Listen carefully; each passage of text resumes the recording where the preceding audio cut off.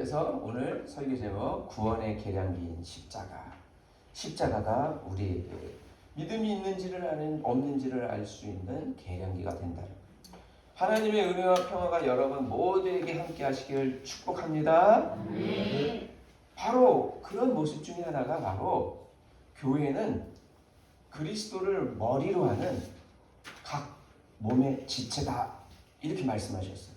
그러니까 합력하여 뭐 해야 돼요? 그렇죠, 바로 그거예요. 할렐루야. 저기 대한수도원에 가면요 목사님들이 힘들 때 그게 많이 가요. 저 철원에 있는데. 그래서 목사님들 가는 그 예배당에 가면 저도 이제 몇 번을 갔는데 거기 앞에 이렇게 써 있어요. 여기 십자가 뒤에 뭐라고 써 있냐면 제단의 불꽃을 끄지 마라. 제단 위에 불꽃을 끄지 마라. 왜? 예배는 항상 드리라고. 하나님 앞에 예배를 항상. 너네들 배고프다고 밥 안 먹냐? 너네들이 숨이 건강하다고 숨 안 쉬냐? 하는 것처럼 제단 위에 불을 끄지 마라. 그래야 너희들이 산다 하는 그런 뜻으로. 왜냐하면 목사님들도 하다가 힘들면 예배 안 드리고 그럴 수 있단 말이에요. 그러는 제가 조금 마음으로 조금 박우성 목사님이 그때 그러셨어요. 일하는 소의 망은 씌우지 마라. 그러면 무슨 뜻이에요? 내가 일을 한다면 하나님께서 나를 항상 먹이실 것이다. 그런 의미로 말씀하셨어요. 그래서 박우성 목사님께서 전에 연세가 드셨어도 저기 한 200명 되는데 거기가 우리 권사님도 같이 가셨어요. 그렇죠? 거기가 마산연 어디였죠? 창원. 아니 창원 옆에 영주. 우리 영주에 찾아갔던 거 기억나죠, 목사님? 목사님이 하는데 거기 교회 예배 그 큰 교회 권사님을 그때 목사님이 우리 탕수육 사주셨어요. 거기가 인삼이 또 영주가 유명해요. 인삼도 한 보따리씩 사줘서 올려보내고 그러셨단 말이에요.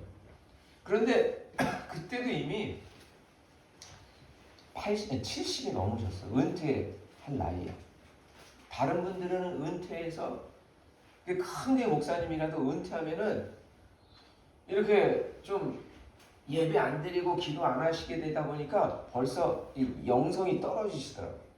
근데 우리 목사님은 일하는 소는 망을 씌우지 않는다. 그 정신으로 75세가 돼도 그냥 열심히 가서 그냥 찬양하고 그래서 우리를 거기까지 찾아갔더니 탕수육 사줘.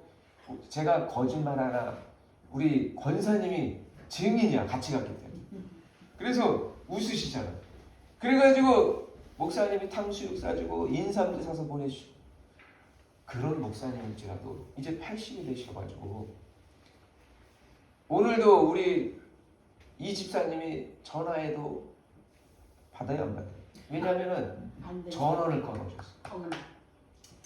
저희 아내가 전화를 했는데 전원이 꺼져 있대요. 그래서 이 집사님이 찾아가도 할 수가 없어. 그런 거를 보면 제가 이제 지금 저기 대진 앞에 가서 우리 상수 씨를 모셔왔잖아요. 그래가지고 이제 예배를 저도 이제 준비를 해야 되는데 박 목사님이 안 오셨다는 거야. 그러니까 어떻게 해요? 또 불이 나게 가가지고 비밀번호 누르고 여기 갔더니 오늘 주일인지를 잊어버리셨어요. 근데 이게 그렇게 많은 분들을 전도하고 병을 고쳤다 할지라도 안 하면 금요일날 제가 찬양 예배 안 드릴 뻔했잖아요. 안 하면 영성이 떨어지는 거야.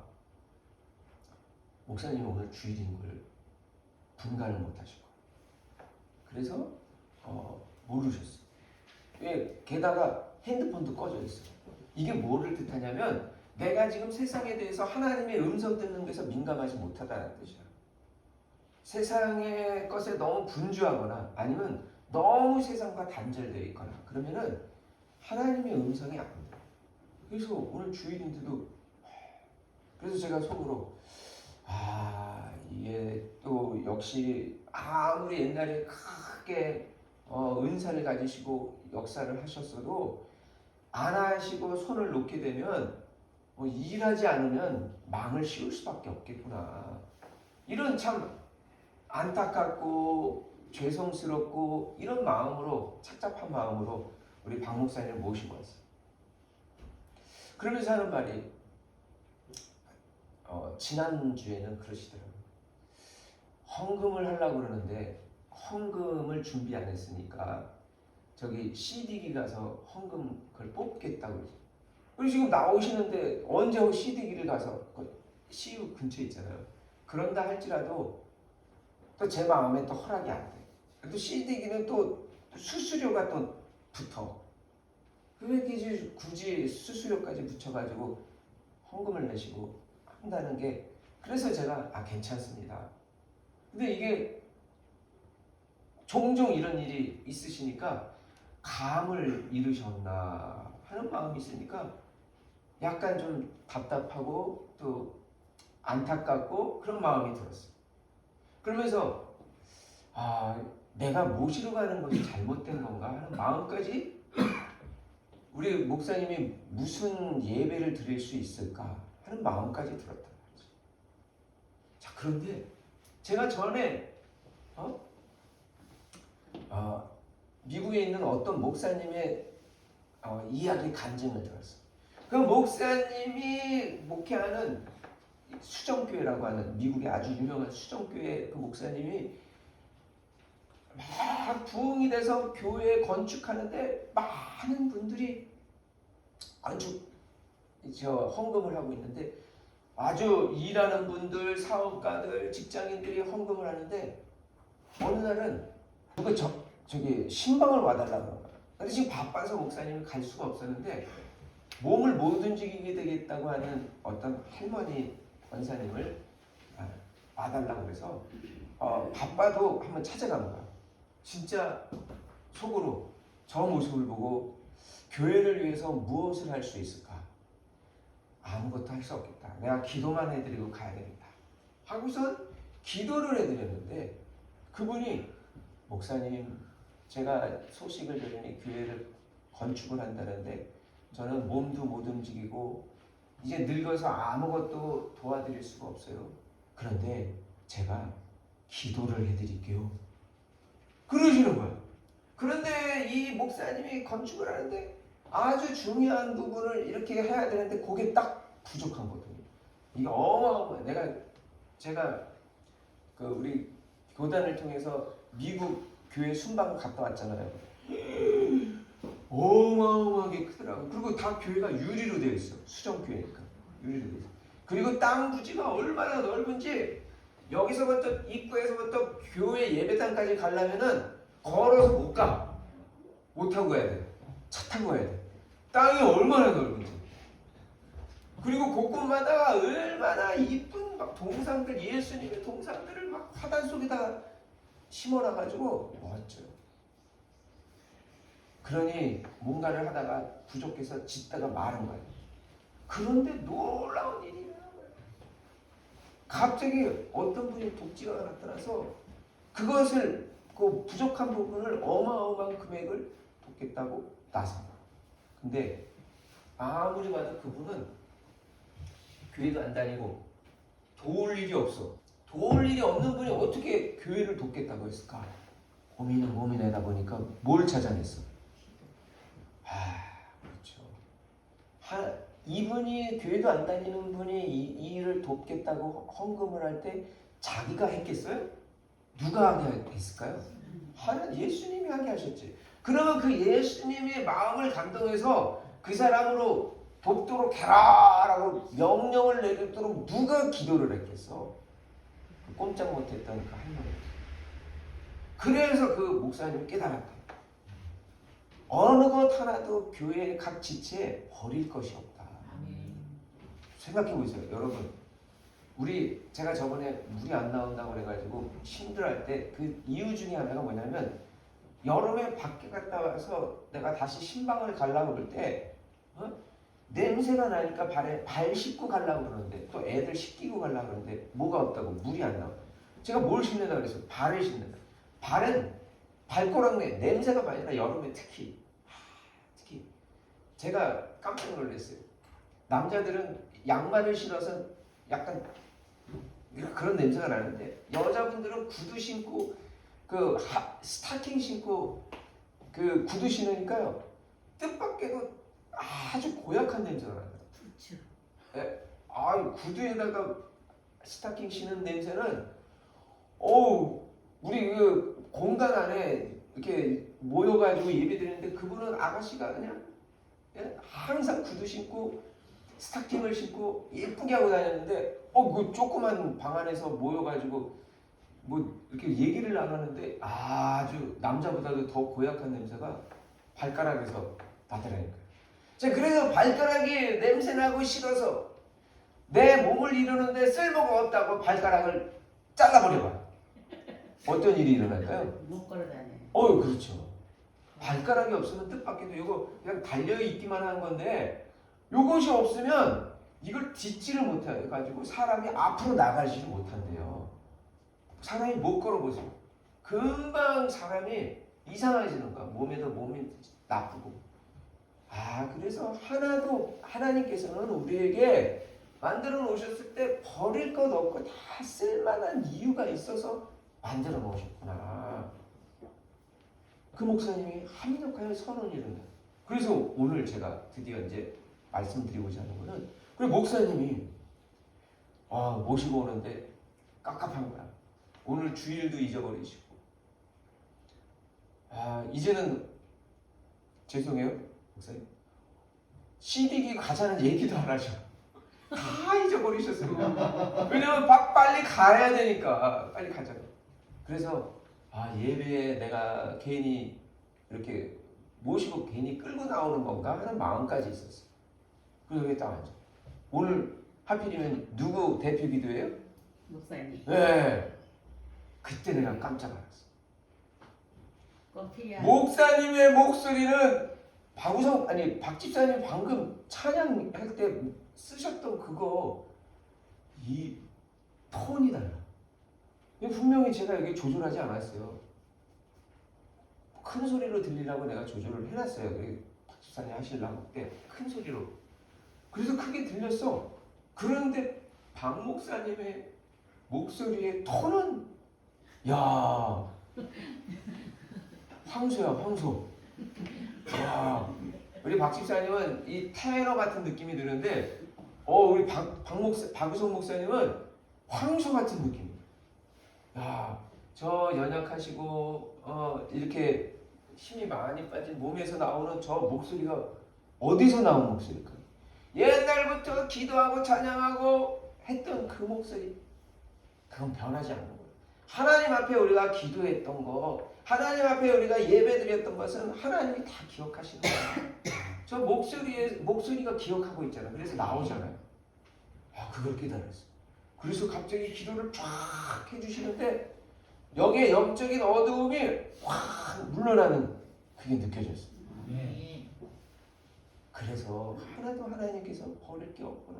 합력하여서 우리는 다 선을 이루는구나 하는 것을 깨달았어요. 이번 주간은 예수 그리스도께서 고난을 당하고 십자가를 지신 무슨 주간? 고난 주간.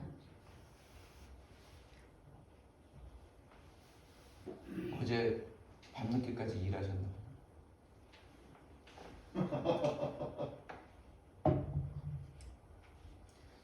이번 주간 목요일이 되면요 무슨 일이 있어요? 12제자와 함께 예수님께서 최후 만찬을 하시고 그 다음날 금요일날 아침부터 끌려다니면서 예수님 뭐예요? 정오에 골고다 언덕에서 십자가에 달리셔서 처참하게 죽으십니다. 요번 주 목요일날 금요일날. 목요일날에는 채찍질 맞지는 않지만 무슨 일이 당하냐면 자기가 사랑했던 사람, 자기가 먹을 것을 먹으라고 하고 줬던 그 사람이 먹더니 마음을 아프게 해요. 누구예요? 가룟 유다. 목요일날 밤에 배신을 하잖아요. 배신. 예수님. 그러니까 몸으로 맞는 것보다요 마음으로 배신한 게 더 예수님은 마음 아팠을 거예요. 그게 바로 이번 주 목요일날 금요일날. 그래서 고난주간. 여러분들 혹시 네덜란드 화가 렘브란트라는 사람 혹시 아십니까? 아주 유명한 그림을 많이 그렸던 사람인데 그는 또한 자기 얼굴을 많이 남긴 것으로 유명하다고 합니다.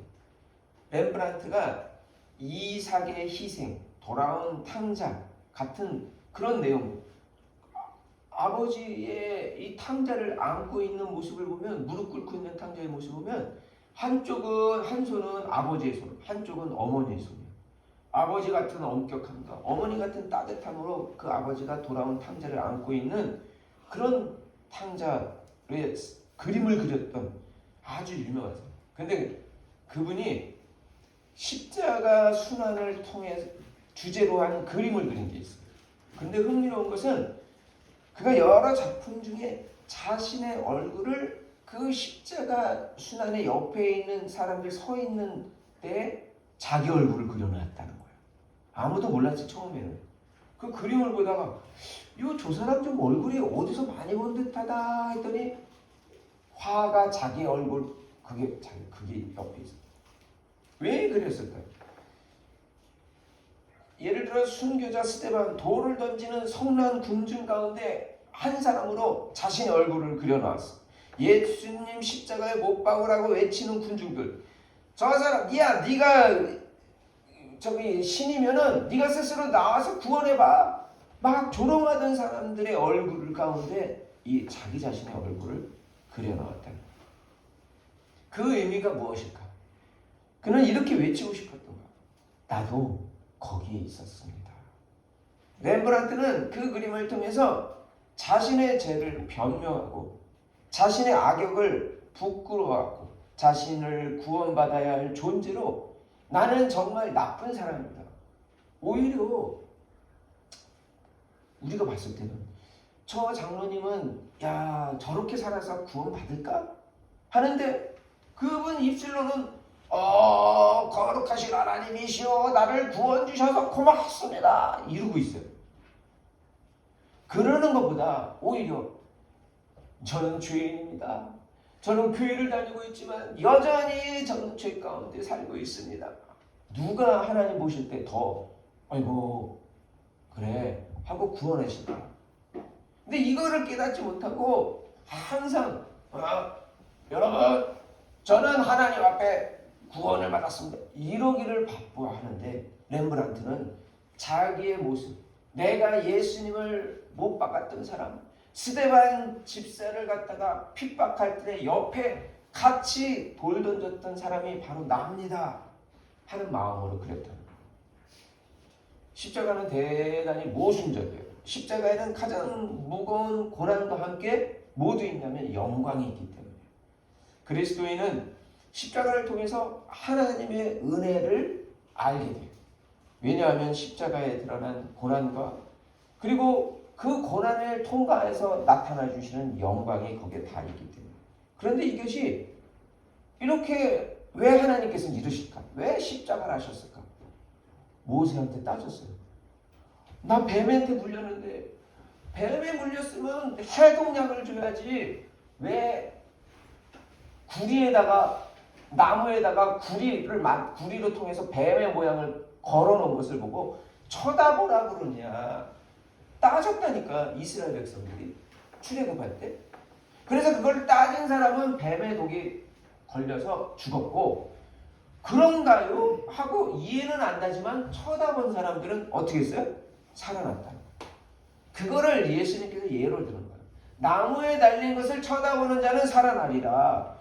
또 어떤 나무가 있어요? 1500년이 흐른 후에 모세 이후에 예수님이 어디에 달렸어요? 나무에 곧 십자가에 달리셨잖아요.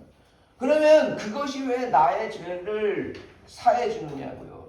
나는 나쁜 짓을 하고요. 남 모르는 못된 짓도 하고요. 마음속으로도 미움을 만뜩 가졌는데 그러려면은 그 사람을 만나서 서로 만나서 회개하고 용서하고 또 내가 잘못한 거 있으면 5배로 돈을 다시 갚고 이뤄야 되는 거 아닌가요? 그런데 무슨 십자가에 달린 나무를 쳐다본다고 내 인생의 죄 그걸 해결한다. 그게 그래서 인간의 방법과 하나님의 방법이 다르다. 엿장수가 3번을 땅땅 칠지 4번을 칠지 누구 마음이에요? 엿장수 마음이에요. 하나님이 왜 우리를 구원하시는데 왜 다른 그러면은 구리뱀을 달든지 왜 십자가에다가 아들을 나누셨어요? 누구 마음이에요? 하나님 마음인가 아버지 마음. 그게 하나님의 방법인 거예요. 저는 여러분이 십자가를 그러므로 사랑하기를 바랍니다. 당시 십자가 처형은 가장 몸서리치는 잔혹한 처형 방식이었어요. 로마 통치자들은 로마 시민 아닌 사람과 노예에 대한 처형 방법. 로마 시민은요 십자가에도 걸지 않아. 가장 천한 사람들만 십자가에 가봐. 그런데 그게 하나님의 아들이 달리셨다. 그러나 예수 그리스도의 십자가 사건이요 십자가는 새로운 의미를 지니게 되었어요. 가장 비극적인 십자가가 이제 예수를 그리스도로 믿는 사람에게는 자랑거리가 되고 찬양의 대상이 돼요. 왜 우리가 찬양을 할까요? 예수님 앞에. 그게 무슨 의미일까요? 혜택을 받은 사람은요 감사의 말이 나와요. 제가 박 목사님 조금 전에 들어오기 전까지만 지나도 이거 내가 괜히 모셔온 건가 하는 마음이 있었는데 조금 다시 말했잖아요. 박 목사님 역시 예배를 같이 드려야 됩니다. 목소리가 기도가 벌써 영성이 다릅니다. 그러니까 제가 시키지도 않았는데 박 목사님이 저보고 언제 날 좀 선전 좀 해주세요 이렇게 말했나요? 내가 좋으니까 스스로 박 목사님 잘하십니다 이렇게 찬양했잖아요. 찬양한다는 것은 내가 선물 받았다는 뜻이고, 그러니까 내가 선물 받았는지 안 받았는지 잘 모르는 분은 뭐 하면 돼? 찬양하면 돼. 찬양하면 내가 받았던 것이 뭔지를 이해를 못하거나 또 잊어버린 사람들이 생각나고 이해되어지는 방법이에요. 그러니까 하나님께 자꾸 찬양하는 것이. 그래서 우리 박 집사님이 찬양하기 시작했잖아요. 예배 드리기 전에 찬양을. 그러므로 찬양은 그 사람이 축복받는 비결입니다. 초대교회의 위대한 전도자였던 사도 바울은 이렇게 고백해요. 그분의 십자가 피로 평화를 이루셔서 그분으로 말미암아 만물을 곧 땅에 있는 것들이나 하늘에 있는 것들이나 다 자기와 기꺼이 화해시켰습니다. 예수님이 하나님과 땅 사이에 화해를 시켜버리셨다니까요. 도대체 십자가 위에서 무슨 일이 일어났는가? 하나님의 아들이시오 그 그리스도이신 분이, 곧 그리스도는 구원자라는 뜻이잖아요. 구원자 되시는 분이 멸시와 천대 끝에 두 강도의 십자가 사이에서 십자가를 지신 사건을 생각해 보자는 거예요. 하필이면 예수님 십자가 다닐 때 한 사람만 다른 게 아니라 로마도 한꺼번에 일을 처리하느라고 3명을 다른 거죠. 예수님은 강도와 똑같은 모습으로 십자가형을 받으셨어요. 예수님은 강도 같은 죄인으로 십자가에 처형 받으신 이 사건이 인류 역사상 인간이 가장 잘못한 판결이다. 그런데 가장 큰 인간의 그 잘못된 판단이 사실은 인간을 구원시키는 방법이었다. 하나님의 방법과 그래서 사람의 방법이 달랐다. 그런데 강도들의 십자가 사이에 서 있는 예수님의 십자가는 대단히 상징적인 의미를 전해주고 있어요. 그것은 예수님의 십자가를 통해 강도들보다 더 무거운 온 인류의 죄가 처형되고 있다는 것. 죄가 처형되고 있다는 것. 예수님의 십자가는 저주받은 나무였어요. 예수님의 십자가는 인류의 모든 죄를 처리하는 저주받은 자리가 되었어요. 인류의 모든 죄악을 불태우는 쓰레기장과 같은 곳이 되었어요. 쓰레기장 가보세요. 왜 우리 시골에 가면 쓰레기장 많아요. 그거 왜 태우는 거예요? 태워야 쓰레기가 없어집니다. 십자가는 바로 쓰레기장 같은 거야. 우리 안에 있는 죄를 태우는 거. 그렇다면 예수님의 십자가는 하나님의 우리 인간을 구원하기 위한 계획이었다는 말이 되는 거예요. 로마서 8장 3절. 율법이 육신으로 말미암아 연약하여 할 수 없는 그것을 하나님은 하시나니 곧 죄로 말미암아 자기 아들을 죄 있는 육신의 모양으로 보내어 육신의 뭐를 정하사? 죄를 정하사 육신을 따르지 않고 그 영을 따라 행하는 우리에게 뭐의 요구? 율법의 요구가 이루어지게 하려 하심이니라. 아멘. 할렐루야. 아니 그런 방법도 다 있어? 이런 거야. 아니 육의 죄를 정해버려가지고 그 율법의 요구를 이루어지게 했대. 아니 육신의 죄를 정하는 거. 야 그런 방법도 다 있구나. 육신은 근데 뭐라고 해? 더 놀자, 더 먹자 그러는데 하나님께서는 그래서 그런 육신에게 죄를 정하사 그래서 우리를 구원하게 하시는 율법의 요구를 이루어지게 해주시는 그런 방법을 사용했다. 그렇습니다. 예수 그리스도 자신은 거룩하고 순결한 하나님의 아들이셨지만 십자가에 달리실 순간만큼은 인류의 모든 죄를 함께 끌어안고 그 죄값을 치르는 가장 저주받은 존재가 되십니다. 그래서 엘리 엘리 라마 사박다니 주여 어찌하여 나를 버리셨나이까 라고 외치고 있는 거예요. 하나님이 아들을 버렸다는 거예요. 제가 지난주에 그랬죠. 누가 자기 아들을 1억 줄 테니까 바꾸자 그러면 바꿀 사람이 있겠냐고. 그런데 필리핀 가면 제가 필리핀 배드민턴 치는 분 중에 필리핀을 자주 가는 분이 있어요. 거의 뭐 한 달도 있다가 오고 왜냐하면 사업체가 거기 있기 때문에. 그래서 그분한테 물어봤어요. 500만 원이면 진짜 사람들 죽여줍니까? 그랬더니 에이 목사님 100만 원이면 돼요 이러더라고요. 오 주여 100만 원이면 그 사람의 말에 충성을 해서 자기가 살인범 되면 감옥에 갈지도 모르는데 처형당할지도 모르는데 그 사람의 말에 충성해야겠다고 총 들고 쏴 죽인다 그러잖아요. 100만 원이면 충성하겠다. 그러면 1000만 원이면 충성하겠다. 그러면 1억이면 충성 평생 충성하겠다. 당신이 가는 곳에 어디든지 신발 들고 다니고 어디든지 내가 이렇게 옷 갈아다니고 다니면서 다니겠습니다. 이러지 않겠어요? 근데 1억이 아니라 네 아들 10억 줄 테니까 바꾸자. 아니 100억 줄 테니까 바꾸자. 애 없는 사람은 그럴 수 있잖아요. 그 애 나한테 이쁜 애 나한테 주라. 그러면 내가 너한테 돈을 줄게. 10억 100억을 줄게. 이럴 수 있잖아요. 근데 엄마들이 안 바꾼다니까 아빠들이. 응? 그 돈이면은 내가 충성을 한 것도 남을 돈인데. 그런데 그런 아들을 우리에게 주신 하나님 뭐가 아까워하시겠어요? 뭐가 아까워?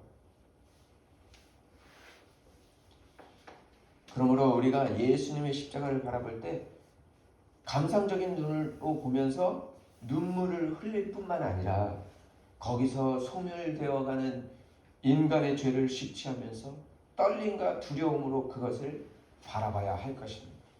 강도들 사이에 서 있는 예수님의 십자가는 사실은 내 죄를 고발하고 있는 거예요. 그 십자가는 내 죄가 얼마나 무겁고 중한 것인 것을 보여주고 있는 거예요. 아들이 아버지 어째야 대답하지 않습니까? 라고 지금 외치고 있어요. 100억도 주기 아까운 이삭의 아브라함에게 있어서 이삭은 100세에 얻었기 때문에 지금 117세에 아들을 모리아산 곧 시온산 다윗성에 있는 그 산으로 끌고 가서 죽이려고 할 때 왜 아깝지 않겠냐고요.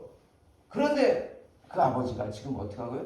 아버지 어째요 대답하지 않고 있습니까? 그 다윗성에서 모리아산에서 이제는 하나님의 아들이 하나님 앞에 아버지한테 외치고 있잖아요. 근데 아버지는 그것을 매정하게 아무 답변도 안 하고 계신다. 어째요 나에게 답변하시지 않습니까? 라고 묻는 것은 아버지가 침묵하고 있다는 거예요. 여기서 아버지의 마음을 우리가 읽을 수 있어요. 아버지는 지금 어떤 마음일까요? 진짜 매정하고 딱 입 까시고 있을까요? 아니 옛날에는 우리가 그랬어요. 애들도 팔아먹고 그랬던 너무 가난해서. 그래서 지금 하나님의 애들을 지금 아들을 팔아먹으려고 매정하고 입 닦고 죽이는 걸까요? 반대라는 거예요.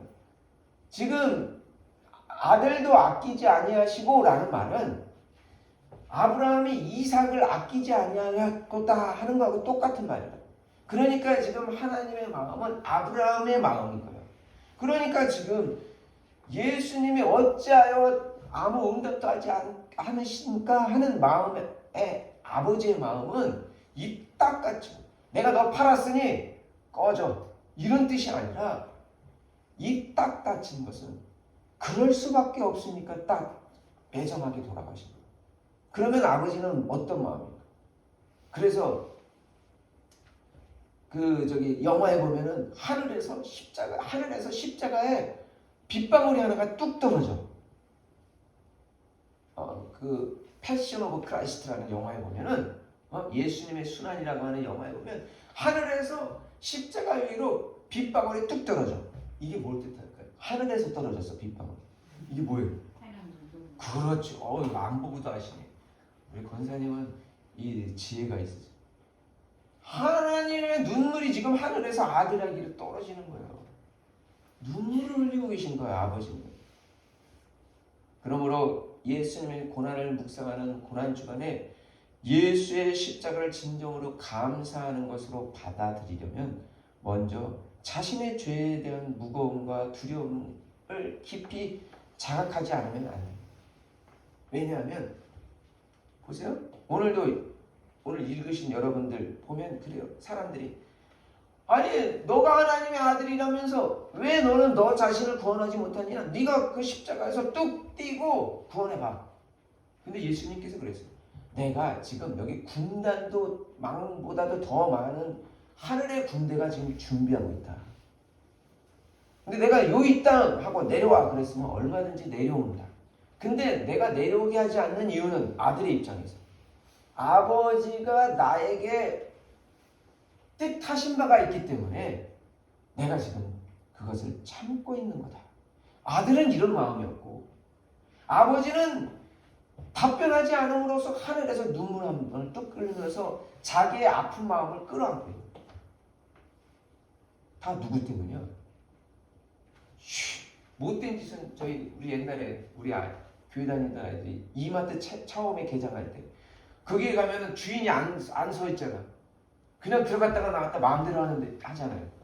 그러니까 애들이 그걸 모르고 물건들을 쓱 들고서 그냥 나온 거야. 삐 하는 걸 몰랐어. 삐 하는 걸 모르고 여기 출입구에 지키는 사람도 없고 응? 여기 그냥 나오는 줄 알고 물건 들고 근데 물건 안에 다 이게 적외선 자외선으로 이게 감응기가 있는데 그때는 애들은 저 어렸을 때 엘리베이터 아파트에 처음 있어가지고 그 남의 아파트 가가지고 엘리베이터로 올라갔다 내려갔다 저 어렸을 때 아파트에 엘리베이터를 처음 봐가지고 남의 아파트 가가지고 올라갔다 내려갔다 하는 거하고 똑같아.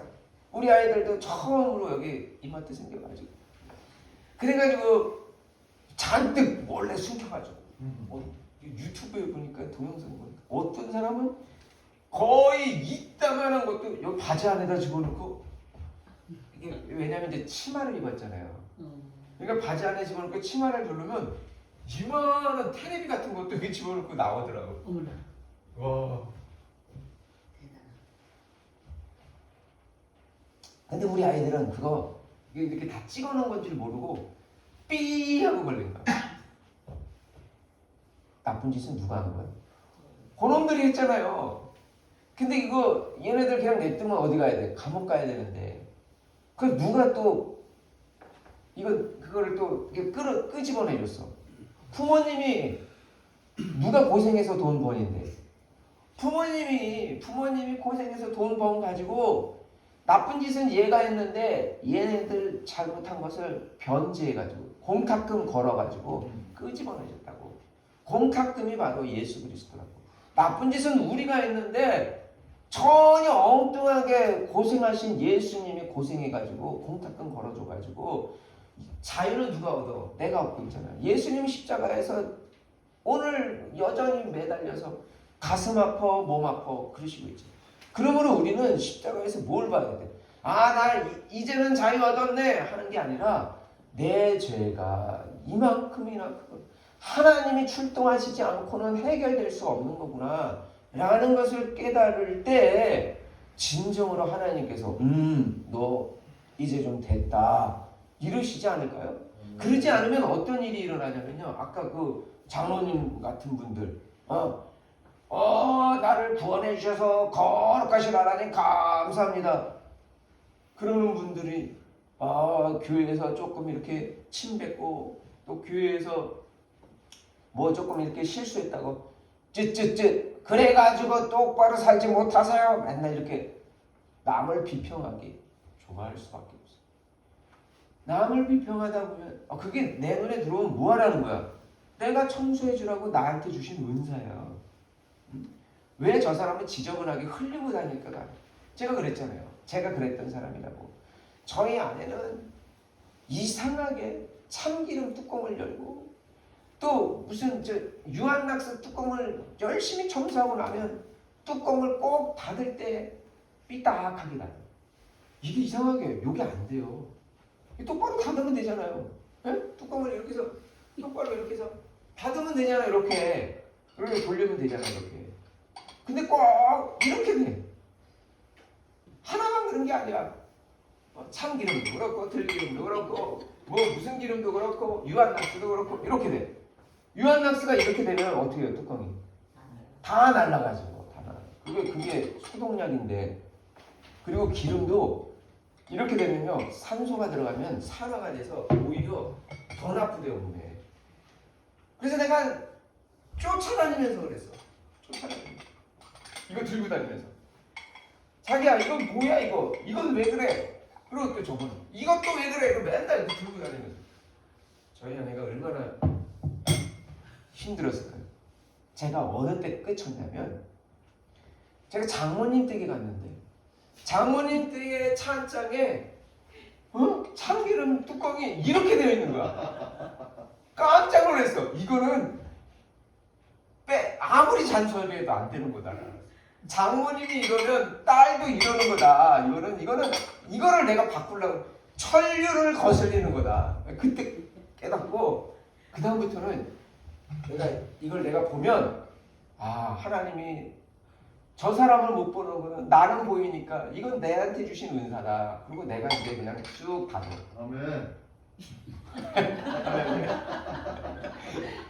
내 사람 됐다고 우리 집사님이 칭찬해 주시는데 저게 사람이 안 됐다고. 왜냐하면 목사여도요 하나님이 나의 죄를 이렇게 큰 죄를 용서해 주셨어. 내 죄는 생각 안 하고 남의 것만 보면은 요만한 거 뚜껑 닫는 것도 다 똑바로 못해. 그것도 못해.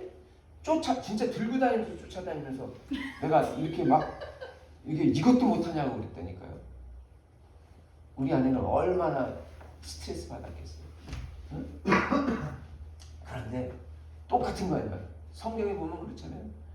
내가 너에게 10억의 빚이 졌는데 네가 나한테 와서 내가 갚을 길이 없습니다. 죽을 것 같고 우리 애들도 먹고 살기 힘들어서 한 번만 탕감해 주시면 내가 진짜 차츰차츰 갚을게요. 한 번만 요번 기간을 넘겨주시옵소서. 그러니까 불쌍해서 그 동관을 용서해 줬다 그러잖아요. 그런데 그 하급 관리가 관아에 있는 형들이 그 용서받았다고 하면서 나가는데 하필이면 자기는 10억 빌려서 용서받았잖아요. 근데 자기한테 100만 원 빌려오는 사람이 못 갚은 사람을 만났어. 어떻게 해요? 아전 관리잖아요. 그러니까 이 몽둥이 찜 때리면서 끌고 와가지고는 감옥에다가 집어넣대잖아요. 그거를 또 옆에 있는 친구가 보고서 누구한테 고발했어? 주인한테. 그러니까 이 관아에 있는 그 주인이 딱 불러다가 야 너는 내가 10억 용서해달라고 울고 짜고 네 자식까지 다 들여대면서 해서 내가 너 용서해줬는데 너는 듣자 하니 100만 원 잃어버린 사람 못 갚은 사람 멱살 잡고 그 방망이로 갔다가 육각 방망이로 때려가면서 집어넣었다면서. 찍소리도 못해. 예끼 이놈아 하면서 거꾸로 하게 했다. 하나님께서 항상 이런 관점으로 우리를 본다는 생각을 해야 되는데 내가 용서받은 게 10억보다도 10억이 아니에요. 100억보다도 더 용서를 받은 건데 하는데 그게 안 되면 그 감사가 안 되면 남들 100만 원 한 것 가지고도 막 몸뚱이를 때려서 집어넣으려고. 하나님 보실 때 어떻게 하시겠어요? 야, 너 기억해. 이거 공탁금이야. 그래서 너는 자유를 얻었지만 공탁금 걷어가면 어떻게 돼? 우리 아이들 갑자기 불려갔다가 엄마 아빠가 요것들이 좀 해줬다고 말 안 들어. 야, 우리 아이들 보면은 막 초등학교 5, 6학년 되고 중학교 되니까 옛날에는 어디 가자 그러면 냉 하고 이렇게 쭈쭈쭈쭈쭈쭈쭈 오리 새끼들처럼 막 쫓아왔는데 요새는 어디 가자 그러면 두 분이나 다녀오시고. 옛날에는 밥을 못 해 먹으니까 어떻게 먹을 그 가스레인지 켜고 요새는 라면제 먹잖아요. 어제는 밤에 갔더니 우리 둘째가 글쎄 쿠키 아세요? 쿠키를 해다가 여기다가 또 쿠키 하트로 만들었는데 거기다가 I love you를 썼어. 이렇게 뭐 또 설탕 같은 거를 써놨어. 그 쿠키를 다 만들 정도의 실력이 첫째도 아니고 둘째야. 그 뜻은 뭐야? 이제 나는 먹고 사는데 걱정 없어. 그러니까 이제 우리가 엄마 아빠가 필요해 안 필요해? 뭐 어디 가자 그러면은 두 분이나 알아서 다녀오셔. 말 안 들어. 말 안 들으니까 엄마 아빠가 자기들을 이마트에서 구출해 준 게 고마운 게 느껴져 안 느껴져? 자기 그러니까 또 말을 안 들어. 엄마 아빠가 이제 생각이 나는 거지. 셈 한번 계산해 볼까? 근데 공탁금 걷어가 볼까? 그런 마음이 들 거예요, 아닐까요? 그러니까 하나님 앞에서도 우리가 그런 거예요. 하나님, 내가 저런 자식은 내가 버릇을 고쳐놓겠습니다. 이러고 있을 때 하나님께서 야, 나는 너 더 어마어마한 것을 내가 너를 위해서. 그러니까 항상 우리는 뭐 해야 돼? 하나님의 음성 듣기에 걸리는 방해 요소 첫 번째가 뭐라고요? 네? 교만이 있으면은 하나님의 음성을 듣는데 첫 번째로 방해로 걸려요. 그래서 들리지가 않아요. 그러므로 하나님의 음성을 들으려고 하면 첫 번째로 교만을 내려내요. 내가 하나님 앞에 구원받은 금액이 얼마인지 돈으로 따지면. 근데 남의 약점들은 왜 이렇게 내 눈에 잘 들어와? 사실은 그것을 잔소리하라고 하는 게 아니라 그 사람의 부족함을 뭐하라고 하는 거야? 도와주라고. 도와줘. 제가 저번에 그랬잖아요. 우리가 하나님의 자녀가 되는데 하나님께서 세 가지를 배치시켜 놨다고. 첫 번째, 끊을 수 없는 하나님의 사랑, 아들을 통해서. 두 번째, 성령님 도우시는 성령님, 보혜사 성령. 첫 번째는 뭐예요? 모든 만물의 피조물이 나를 하나님 자녀도록 돕도록 만들어 놨다고. 그러니까 저와 여러분들은 이웃을 위해서 하나님 자녀 되도록 위해서 돕기 위해서 만들어 놓은 거예요. 그래서 저 사람이 안 보이는 것은 내가 보여. 혹시 수학에 보면 여집합이라고 있어요. 여집합은 뭐냐면 여기에 있는 집합, 밖에 있는 집합을 여집합이라고. 그 옆에 있는 밖에 있는 집합이 이 안에 있는 집합하고 합해져야 온전한 집합이 돼요. 온전한 하나님의 자녀가 되려면 내가 부족하니까 옆에 있는 사람이 도와주라고. 그래서 부부관계 한 사람이 떠나서 다른 사람에게 가서 둘이 하나가 되는 이유는 뭐예요? 부족하니까 하나가 되라 그래서 완벽해지라고. 우리 교회 그리스도인들도 마찬가지예요. 왜 저 사람은 여전히 저걸 못할까 하는 게 아니라 그것을 따져 물으려고 하는 게 아니라 부족한 그것을 내가 도와주라고 하는 이런 정신이 있을 때 하나님의 나라가 합력하여 선을 이룹니다. 오직 그리스도됨은 남을 구원하기 위하여 자신을 포기하는 데 있다는 사실을 예수님은 알고 계셨던 거예요. 무지한 사람들은 그리스도를 무한한 능력의 소유자라만 생각하기 쉬우나 바로 그 능력의 근원이 하나님의 자녀인 우리를 위해서 예수 그리스도와 스스로 고통의 속죄제 제물 되기 위해 십자가를 지는 데서부터 비롯되었다는 것을 알아야만 된다. 그러나 예수님과 함께 달린 다른 강도들, 그 다른 강도들 2명들 중에 하나는 자기의 죄를 깨달았고 하나는 어떻게 해요? 예수님, 심지어 예수님의 약점을 보여서 예수님을 잔소리하는 사람이 되었다. 오늘 여러분 읽으신 누가복음 23장 40절 보겠습니다. 다 같이 40절부터 42절까지 시작. 하나는 그 사람을 꾸짖어 이르되 내가 동일한 정죄를 받고서도 하나님을 두려워하지 아니하느냐. 우리는 우리가 행한 일에 상당한 보응을 받는 것이니 이에 당연하거니와 이 사람이 없느니라 하고 이르되 예수여 당신의 나라에 임하실 때에 나를 기억하소서 하니. 야, 예수님 당신이 하나님의 나라에 들어가실 때 저를 기억하여 주시옵소서. 그는 당장 여기에서 구원을 바란 것도 아니야. 내가 이 십자가를 손 뽑아서 못 박힌 걸 빼달라고 한 것도 아니야. 그는 지금 자기가 당하고 있는 죽음은 자기의 죄값으로 마땅한 것이라고 생각하였어. 강도인 그도 자신의 죄값을 치르지 않은 채 구원을 받겠다는 생각을 하지 않았어. 그런데 교회 사람들만 자기의 죄값을 받지 않고 구원받겠다고 하는 일이 있는. 내가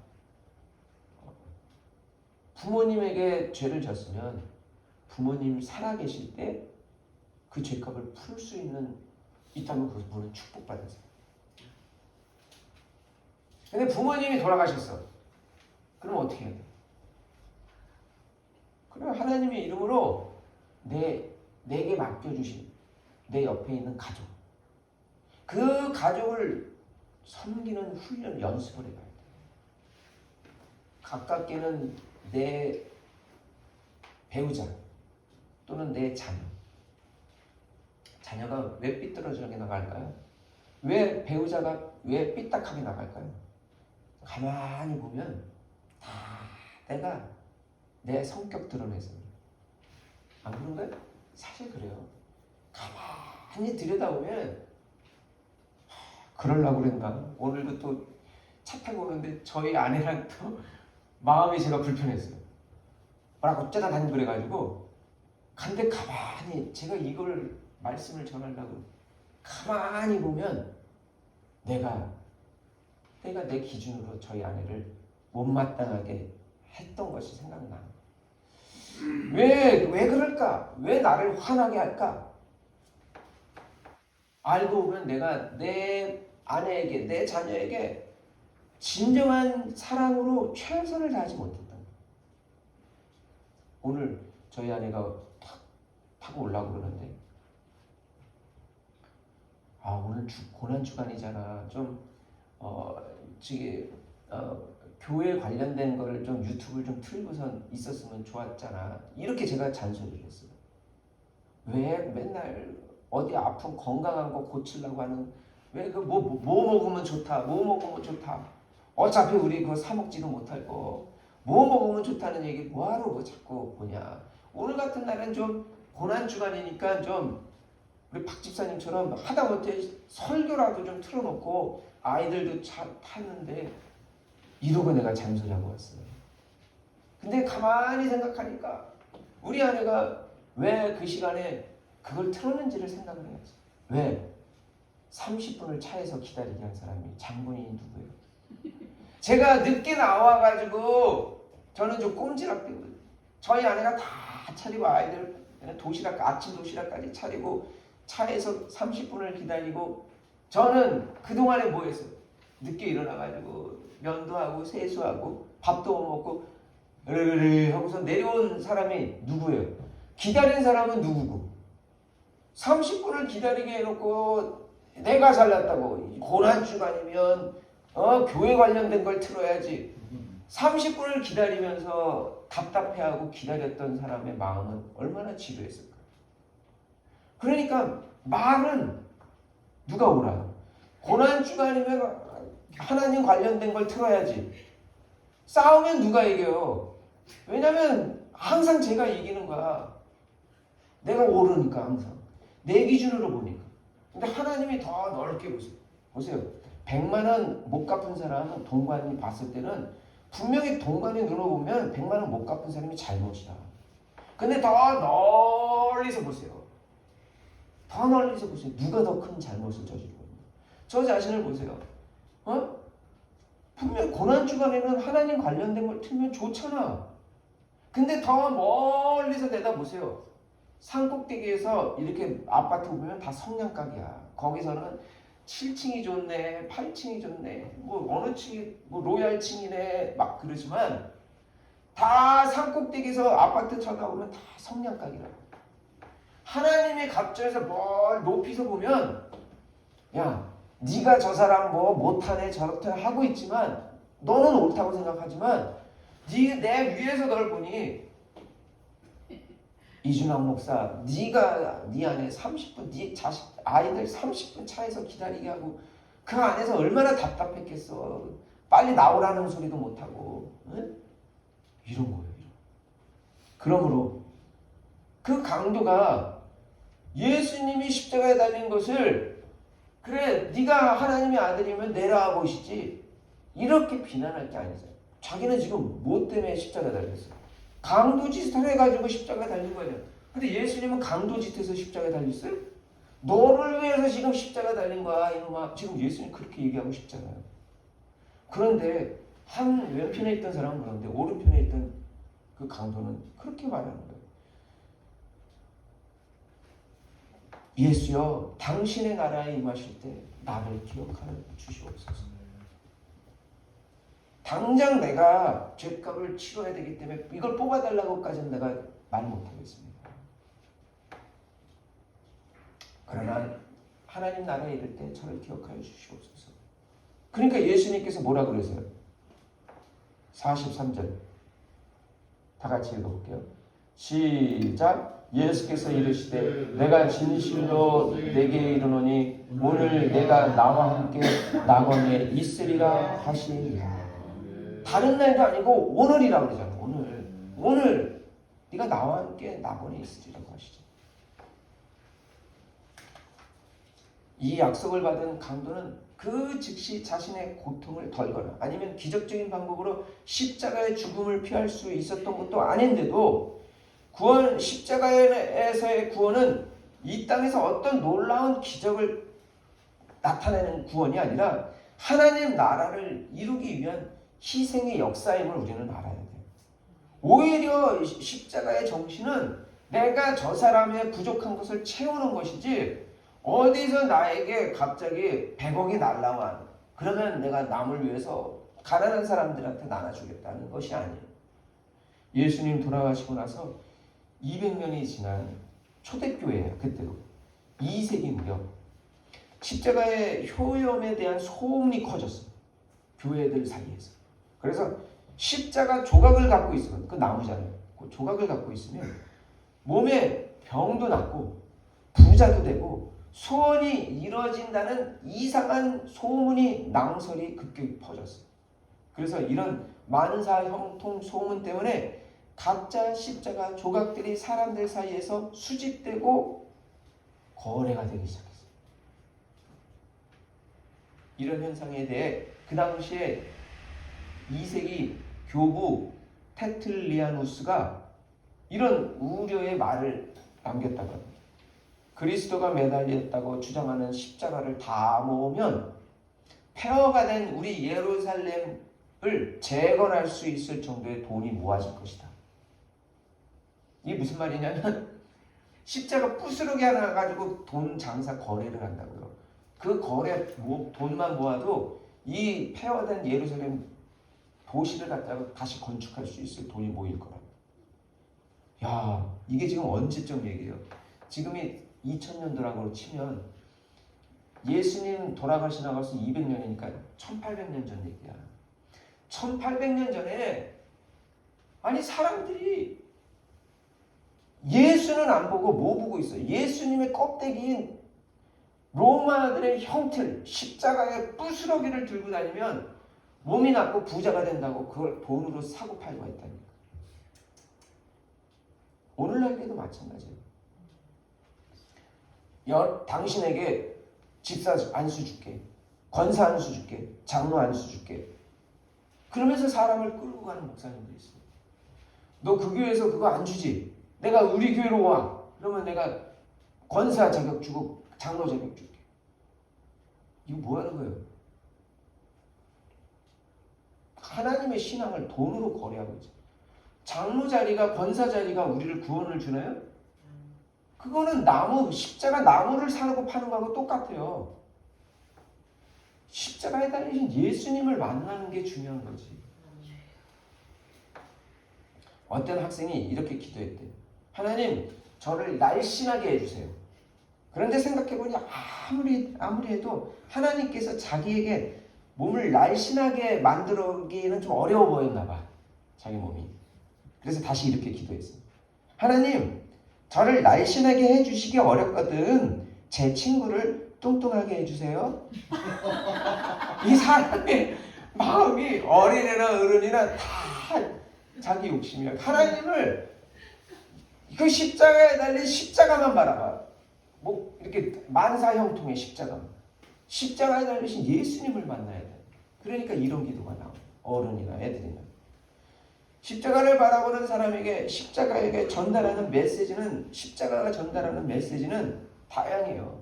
거기에는 고난도 있고 그리고 영광도 같이 있어요. 그래서 십자가 전통에서, 기독교 전통에서 하는 말이, 아픔은 하나님께로 향하는 창문이다. 고통이 있을 때 하나님을 만난다 그래요. 그래서 십자가를 만나서 거기서 십자가 달신 예수님, 고통스러워하는 아버지여 왜 나에게 응답 안 해주시나요? 하는 그 예수님을 만나야 우리가 하늘로 올라갈 수 있는데, 십자가 부스러기 그거 하나만 가지고 있으면 내 병이 나는데 그거 대기만 하면 피부병도 낫고 이러고 있으면 안 된다. 오늘 우리의 시대를 가리켜 해체의 시대라고 해요. 중심의 해체가 선언되어 버린 탈중심의 시대. 절대적 진리가 없고 그래서 각 개인의 주장이 옳다고 그러는 시대. 그래서 광고도 단체의 협력보다는 지금은 각 개인의 취향에 맞춰 물건을 사라고 하는 시대. 그래서 포스트 모던 시대라고 해요. 그러나 우리는 내 삶의 심장부에다 튼튼한 중심으로 예수 그리스도를 모시기를 주저하지 말아야 됩니다. 왜냐하면 예수 그리스도야말로 하나님 되심의 권위를 버리고 스스로 중심을 해체하고 세상의 변두리로 낮은 곳으로 소외와 가난한 비참한 자리로 자신을 이동해 온 분이기 때문에 그 자신이 영원한, 그래서 희망이 되신 분이에요. 남녀간의 뜨거운 사랑은 올라가는 사랑이에요. 그런데 부모님의 사랑, 하나님의 사랑인 아가페는 내려오는 사랑이에요. 그거 혹시 들어보셨어요? 에로스는 자신을 격상시키려는 욕망이지만 아가페는 자신을 내어 던지는 사랑이에요. 예수를 아가페라의 사랑이라고, 그래서 하사랑교회가 하나님의 사랑이라는 뜻이에요. 아가페 처치. 곧 내려오는 사랑이고 다른 사람을 위해서 자신을 던지는 사랑, 받으려고 하는 사랑. 왜 그럴까요? 제가 왜 굳이 이 얘기를 썼을까요? 왜 교회의 이름을 그걸 했을까요? 제가 반대로 자꾸 받으려고 하는 사람이기 때문에 육신적인 게 자꾸 드러나서 내 희망이야, 내 바람이야, 마음이라도 기도라도 나도 하나님처럼 내려주는 사람, 던지는 사람, 그게 되고 싶어서 하사랑교회를 이름을 했던 거예요. 그래서 던졌기 때문에 예수는 우리의 구세주가 됐어요. 그 십자가는 우리도 하나님 앞에서 주님과 함께 영원히 거할 수 있다는 약속이 되어 주셨어요. 그 십자가는 강도같이 완악한 자라도 즉각적으로 그를 변화시켜서 하나님 나라의 백성이 되게 할 수 있는 능력이 되었어요. 누가 사람을 변화시킵니까? 보세요. 100만 원만 줄 테니까 사람을 죽여라. 그러면 충성할 것 같죠? 주인의 말. 요새 넷플릭스에 길복순이라고 하는 그 재밌는 게 떠요. 응? 영화가 뜨는데 그게 이름이야. 이 살인 청부업자야. 그럼 지금 살인 청부업자들이 지금 친구끼리 모였어. 근데 갑자기 전화가 왔어. 전화를 여기 스피커폰으로 틀어놨는데 저기 상대편에서 거기 네 친구 중에 누구를 죽이면 내가 요 얼마 줄게. 이러자 갑자기 그 친구로 모였던 사람들이 갑자기 이 한 여자를 죽이려고 덤벼요. 이게 무슨 말이에요? 100만 원만 주면 주인님을 충성해서 남을 죽여줄게요. 근데 옆에 있는 사람이 200만 원 줄 테니까 죽여달라고 했던 그 사람을 죽여줄 수 있겠니? 너한테 요청했던 사람을 100만 원 주고 죽이라고 했던 그 사람을 네가 그 주인을 죽여줄 수 있겠니? 내가 200만 원 줄게. 그래요 하고 쑥 바꾸는 거야 인간이. 실제로 그렇다니까요. 사람은 그래요. 그런 사람들을 여러분 믿을 수 있겠어요? 사업하다가 일하다가 직장 다니다가 보세요. 그렇게 그냥 간도 쓸개도 다 내어줄 것 같은 그런 친구들도 사업 파트너도 왜 어이 사장님 우리 한잔해요 마시다가도 이익만 되면 세상은요 언제든지 뒤돌아설 수 있는 게 세상 모습. 그런데 예수님은 자기가 내어 던져줌으로 인해서 그렇게 변화무쌍하니 사람을 강도라니까요. 강도가 얼마나 못된지 많이 했겠어. 그 사람을 변화시켰죠. 근데 또 거꾸로 보면 예수님도 변화 안 되는 사람이 있네요. 변화 못 시키는 사람, 그 왼편 사람. 그러니까요, 여러분, 우리 권사님이 그러시죠. 내가 20년을 전도하려고 밥 사먹여 우리 동네 옆에 분. 밥 사먹여 이모 해줘, 뭐 해줘, 아침마다 뭐 해줘. 근데도 돌아가시기 전까지도 말을 안 해요. 내가 만약에 교회를 다니면 내가 언니 다니는 교회 하사람 교회로 갈게. 그렇게 말을 했어요. 근데 돌아가시기 전 일주일 전, 2주일 전쯤에 저희 아내가 그분이 직접 우리 하사람 교회로 왔기 때문에 그러면 이제부터 하사람 교회로 나오세요 이렇게 얘기했더니 갑자기 반색을 하면서 아니 내가 나중에 나온다니까요. 지금 나오라고 그러지 마세요. 그래서 우리 권사님이 그러시다. 사람이 아무리 노력해도 하나님이 택하셔야 여기 오는 거지. 네? 하나님이 예정하시고 택하심이 따로 있구나. 그걸 말해요. 지금 봐봐요. 십자가의 왼편에 달린 사람은 예수님도 못 고쳤잖아. 근데 오른편에 있는 사람 어떻게 했어요? 이야, 사람을 바꿨어요. 이 강도짓 하는 사람을 항상 사람을 요랬다 저랬다 이익에 따라서 요랬다 저랬다 하는 사람을 바꿨잖아요. 그래서 어떻게 해요? 오늘 너도 나와 함께 낙원에 있으리라. 이런 축복이 여러분 축복되시기를 예수님의 이름으로 축원드립니다.